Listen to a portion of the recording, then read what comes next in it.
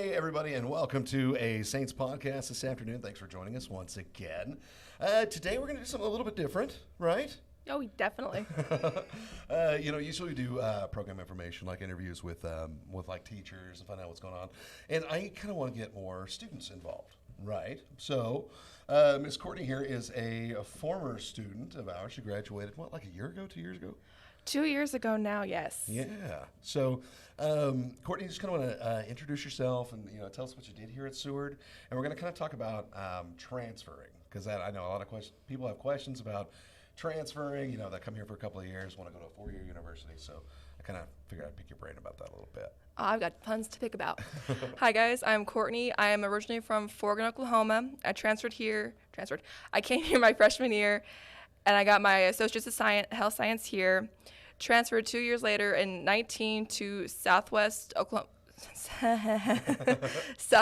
State University, and I did have some difficulties when I transferred out because something that happened with me was I didn't get to talk to my advisor. And so when I transferred, actually they had me underneath the wrong major, and I ended up taking a couple classes that weren't required for my major, and wasn't told about this until the very end of the semester when I was trying to get my class for the next semester. Yeah. Very irritating time. It's pretty irritating. So that's why we always stress the importance of advisors, right? And we have Shannon over in the Student Success Center. I think Shannon came in after you had graduated already. But he kind of takes Patsy's old place, right? Oh, yeah. As our transfer coordinator. So, that's one of the reasons why we kind of stress that quite a bit. That if you're planning on transferring, get with our transfer coordinator, and he'll get with wherever you're going, transfer coordinator. So hopefully you're not doubling up on classes. Such a fun time. Yeah. So how was your experience at Southwestern? Well, when I transferred over, it was during COVID, so I didn't get the whole experience. That was not the best time to go into a full 4-year college, but the first semester was the best, obviously, because before COVID hit. And it was a much different feel than Seward County. It was a lot bigger. People were more just, going from place to place to place for their classes. And over at Seward, I felt it was much more of a community, and I did feel much more connected with the teachers, the other students, you guys, because being a presidential scholarship recipient. So it was still fun, but I preferred my time here at Seward County, definitely. Yeah, and see, that's always awesome to hear. And especially coming here from, smaller towns. So you're from Forgan, right? Mm-hmm.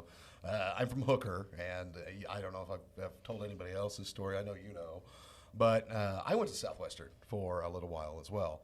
And, it's fun. Because there's a lot of people and there are things going on all the time. But it really is kind of hard to, connect to your instructors, to kind of connect to just, even your peers on campus, because everybody's just going their own way all the time. There's definitely that feeling of, I like to talk to you, but I need it over here now, and you're not that important to me yet. So sorry, not sorry. Goodbye. Yeah. So that transfer process can definitely be jarring. And you stayed in the dorms while you were there, right? I did stay in the dorms for both years, actually. Yes, I did. Yeah. And I stayed in the dorms my first semester here at Seward too. Yeah. So how was that process? How was that different from whenever you went to transfer to get in the dorms over there? How was that different than here? I'm trying to think how to say that. It wasn't that much different in that sense. Obviously, the dorm rooms are a lot bigger over there because it's a much bigger campus. Mm-hmm. And I went to an all-girls dorm. But the main process, the dorms here have your own bathroom, basically. You share a suite, and I loved that. Mm-hmm. Over there, I did not have that. I had to share a common bathroom with the whole floor. Yeah. And, but besides that, it was majority the same. The dorms here are much more modern, because I did stay in a very old dorm. Yeah. But besides that, getting into the dorms, everything was pretty much the same. So pretty much same application process, put down your deposit, that sort of thing. Yes, it was, yeah. There we go. And what about your meal plan? Because if I remember correctly, I'm sure they still do this. Southwestern, they have where you have the dorm rooms, but you have to get a separate meal plan too. Do they still do that? Yes, they do. Yeah. With them, because I don't quite remember, because I only had one semester here at Seward. With Southwestern, though, you could decide how many meals a week you got. You can get 3 meals, 5 meals, 7, 10, or 3 meals for every day of the week. Mm-hmm. And then you got this thing called flex money, where you could spend as extra part of your meals or somewhere else on campus. Yeah. And I did that, but yes, it was two separate things to take care of, and not all bundled together. Yeah. They still have that grill in the student union, like where you get chicken strips and burgers and stuff. They have the grill. They've actually changed this saying. There's a Mexican part to the grill. There's the actual grill. There's a chicken part to the grill, and there's an Italian part to the grill. Oh, wow. Yes, it is all very tasty. Yeah. That was one thing I do remember about my time at Southwestern. The cafeteria, man, and just the food all over the place. It's just, Yeah, we would go in the cafeteria big out every day. It was nice. It was very nice. It's the best food over there. Yeah. And then there was the cafeteria all by itself. I'm like, Yeah. Different times, but yeah. So another question I have for you, Courtney. So you got your associates here, right? And then you transferred to Southwestern. You said you ended up having to take a couple of extra classes at Southwestern that didn't count, sort of. So did you have any classes at Seward that didn't necessarily transfer to Southwestern? Actually, no. All of my classes did transfer over to to Southwestern. Awesome. And so I didn't have to retake any of my classes I already took here, which was fantastic for me because that would have been even worse then. Right, yeah. But no, Seward's classes have all transferred over, and I think they're all going to transfer over to the doctor program I'm going into. Awesome. That's awesome. And I kind of had the thing where, I started at Southwestern and then I came back to Seward. And some of my classes, they didn't necessarily transfer, but it wasn't because of curriculum or anything, but it was because the classes I took at Southwestern, we just didn't offer here at Seward, so they had no equivalency, to kind of put them over into. But that's awesome, because you do hear about that sometimes. You get your associates, and maybe your developmental psychology class might not transfer into human growth and development, which is kind of depending on how they call it. So that can happen sometimes, but I'm glad it didn't. I know Southwestern's pretty good about that. Northwestern, Fort Hays, of course, it's all 2+2 with Fort Hays. So that's really cool. It was very reassuring for me to have all my classes come with me and still count. Yeah. So, is there anything that you wish you would have known before you started the transfer process? What you told me earlier was getting with your transfer advisor. Yeah. That would definitely have been something I wanted to get onto and did, because when I went, my advisor at Southwestern wasn't there. So I had to go through the admissions office, and they just either didn't understand what I was saying, something was miscommunicated, paper typo, something had happened. Right. And just that whole occurrence happened, and I really wish someone was there to talk me through what was going on instead of me finding out at the end, oh, why do you have all these extra classes? What do you mean? What do you mean? I didn't know I had extra classes. I'm like, what do you mean? It's like you have all these chemistry classes that you don't need. I'm like, I do need these. I know for a fact I need these. Oh, man. But I really wish I did know that before I transferred, definitely. And yeah, that's about it, I think. Save you a couple classes that semester anyway. Yes. Yeah. And that's why we, at the admissions office, we can't advise. I mean, we're trained as advisors. We just don't necessarily like to, for that reason right there, because we don't want to mess anybody up. So, I mean, if you're coming in as a freshman with, no college credits or something, we can help you out. But if you are specifically wanting program stuff, then, man, we'll definitely get you an advisor, either staff advisor in TRIO or Student Success, or one of the faculty advisors, too. So we can. It's just, personally, I don't want to mess anybody up. So we appreciate not wanting to be messed up. there we go. Right. So, Courtney, I think we're getting ready to wrap up here. Is there anything else that we need to talk about before we go? I don't think so. Have fun transferring for all your school credits and continue on to your 4-year schools if you decide to. Yeah, there you go. And just kind of be aware of the social differences and the process differences between Seward County and where you're headed. That is a big difference. Yeah, definitely different environments, transferring between different colleges. Yes, I can't talk. All right. Well, thanks for joining us, and we'll get back to part 2 of our Transfer Student Podcast in just a little bit. Thanks for joining us. Bye.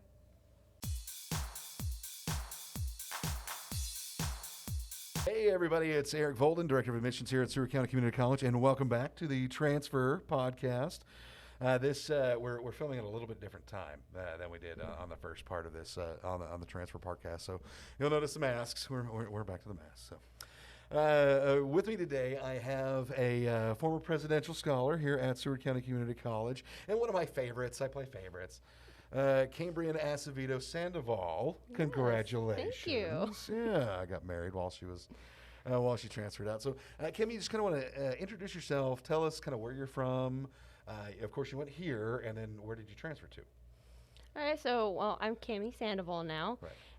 I'm originally from Guyman, Oklahoma. I became a presidential scholar at Seward County, and I have since graduated with my associate's degree from here, Associates of Arts, and I have transferred to Fort Hays State University. Yeah, cool. And how long have you been at Fort Hays now? Let's see, this is my second year, but technically it's my senior year now. Taking out your senior Yeah. year. Yeah, so you're going to be graduating at the end of this year. I think that I'm gonna go ahead and let it go a little bit because COVID really hurt my grades. Yeah.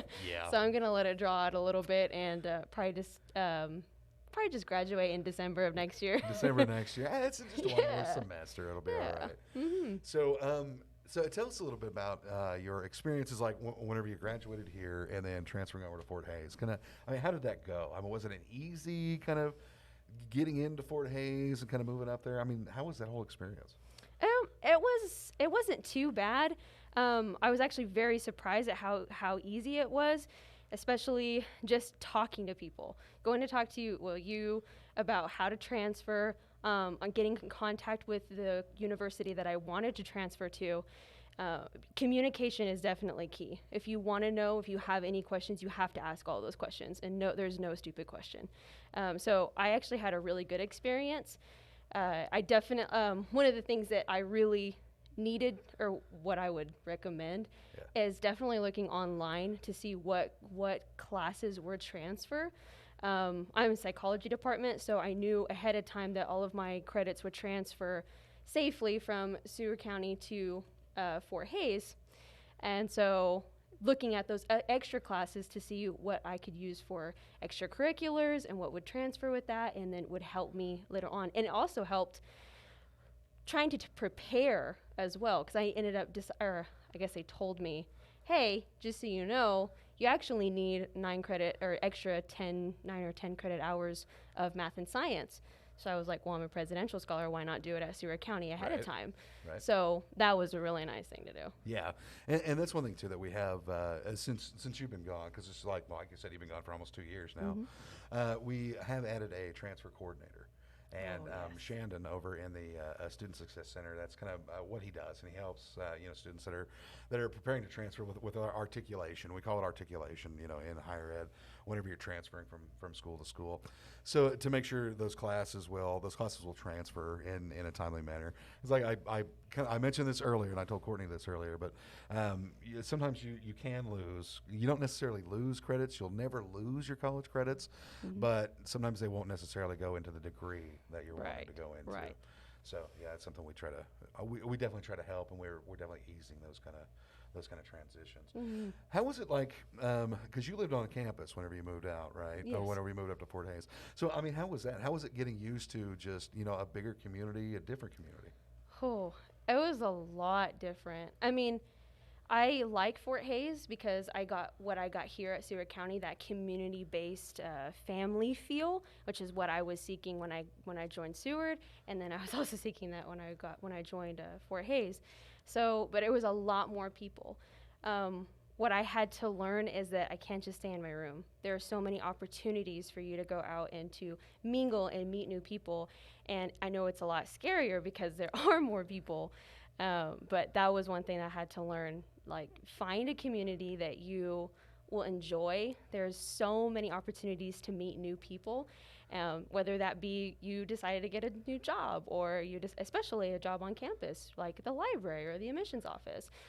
Those are those opportunities that help you build as a person, and then help you kind of branch out and create new friendships, I should say. Yeah, yeah. And one of the things too, whenever you're in college, you talk about new friendships too. Those are also new networking opportunities. too. I mean, because you're going to school with people that are going to be your peers and colleagues, eventually. Oh, yes. So, knowing those guys whenever you're kind of getting in school, it's like, well, make friends with a pre-law student. I'll tell you that right now. All right. I'm searching for one right now. Right, yeah. Let's go. That's pretty funny. So there was something else I was going to ask you. Oh, class sizes. How are the class sizes up there? Well, right now it's not as big, but it's because at Fort Hays they've allowed you to have the at home option. Yeah. So we honestly don't have very many classes. I mean, very big classes, I should say. Yeah. There's not very many people. I mean, goodness, I think the biggest I had was maybe 12. Really? Yeah. Yeah. Now, I don't doubt if it was not COVID, Yeah, right. then we would have a lot more. I know that we well over maybe 30 Right, yeah. in a lecture hall, but yeah. but yeah. Mhm. So, and that's kind of what I was wondering too, is if because I know we did, of course, I think most everybody did, was, when the pandemic hit and everything, we kind of went to this kind of flexible, hybrid kind of scheduling, and so I would assume that Fort Hays did something really similar. Yeah. Yeah. So how are the classes going? They're going pretty good so far. So all of our classes, really, they've kind of been preparing to make sure, like, if we do end up going all online again. Right. So all of my books I got, they're ebooks, but I get the opportunity to get an actual book if I want one, or so I can highlight or do whatever I want with it. But I can do that with ebook as well. And so, I mean, just preparing, but also having that in person is so much better, let me tell you. Yeah. So being able to just talk to the professor, you find that when you're online, there's a lot of times where you are scared to ask the question in the class because you're just looking at other people, or a lot of screens are black because they no one wants to talk or anything. So, or if I'm taking class in my pajamas, I don't want anybody to see me on Zoom. That's true too. That's what I talked about. Usually I would just hop on, like I'd barely wake up, and 5 minutes later I was in class. Save you from brushing your teeth, combing your hair in the That's morning. right. Roll up in I feel a lot more ready being in person class though. Yeah. Because I have to get up an hour before, brush my teeth, brush my hair, do something with it, get dressed, and walk to class. Yeah. And that's something something that we have definitely found out over the last, and online learning can work.